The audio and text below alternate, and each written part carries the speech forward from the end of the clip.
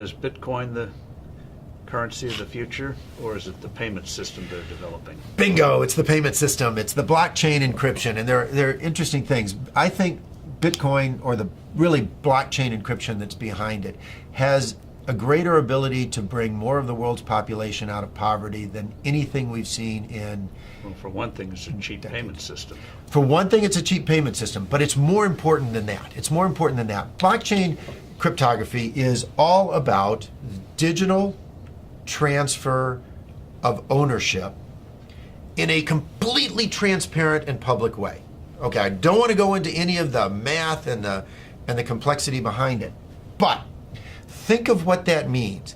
That means that I can actually record ownership in public in a digital means. 50% of the world's population has a mobile phone. I read an estimate this month that in 2020, 90% of the world's population will have mobile phones. That's probably a high estimate, but that's okay. Now, $25, $35 smartphones. but we're throwing them away, and they can ship them off to emerging markets. But what's powerful about this, now think about Hernando de Soto. Yes. Okay, the Institute for Liberty and Democracy in Peru. I really think Hernando de Soto should win the Nobel Prize for the work he's done. I hope he does. But he's gone around the world and identified one of the most powerful things to the economy and the creation of wealth, and that is the ownership of property. Which you can then use as collateral. Which you can use as collateral, and when you own it, you will develop it. You will, the best thing you can do for the environment is to own it, because when you own it, you make sure it's sustainable for your future family. And that's powerful. But they don't have the ability to own it. If you live in a shanty town, you operate outside of the legal economy. It's not that you want to operate outside of the legal economy, but you have no ownership of any property. Although in the neighborhood, everyone knows who owns what. And once you introduce blockchain cryptography, guess what they can do? Have a public ledger of ownership and transfer that cannot be denied because it's absolutely transparent. It's absolutely transparent. It is the means through which these individuals can get exactly what Hernando de Soto thinks they best need to bring themselves out of poverty.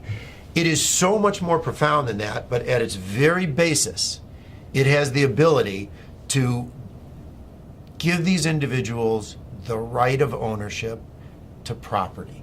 And that has, more than anything else, the ability to bring them out of poverty. And I can't wait. It'll be adopted elsewhere. I mean, it's such a powerful, blockchain encryption is such a powerful tool. It'll be used by banks, it'll be used by credit card companies. It will become a standard.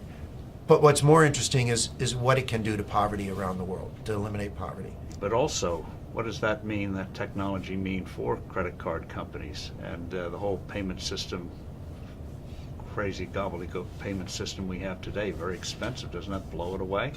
I hope so. I hope so. I mean, think about it. When there was one manufacturer of phones in the U.S., the U.S. government, what did we have? This big clunky rotary thing that sat on desks. Now, what do we have? Cell phones of all flavors, sizes. I can sit in Africa and on my cell phone take courses at MIT because they're public record. It's absolutely astounding what happens when you can actually innovate around the world and compete.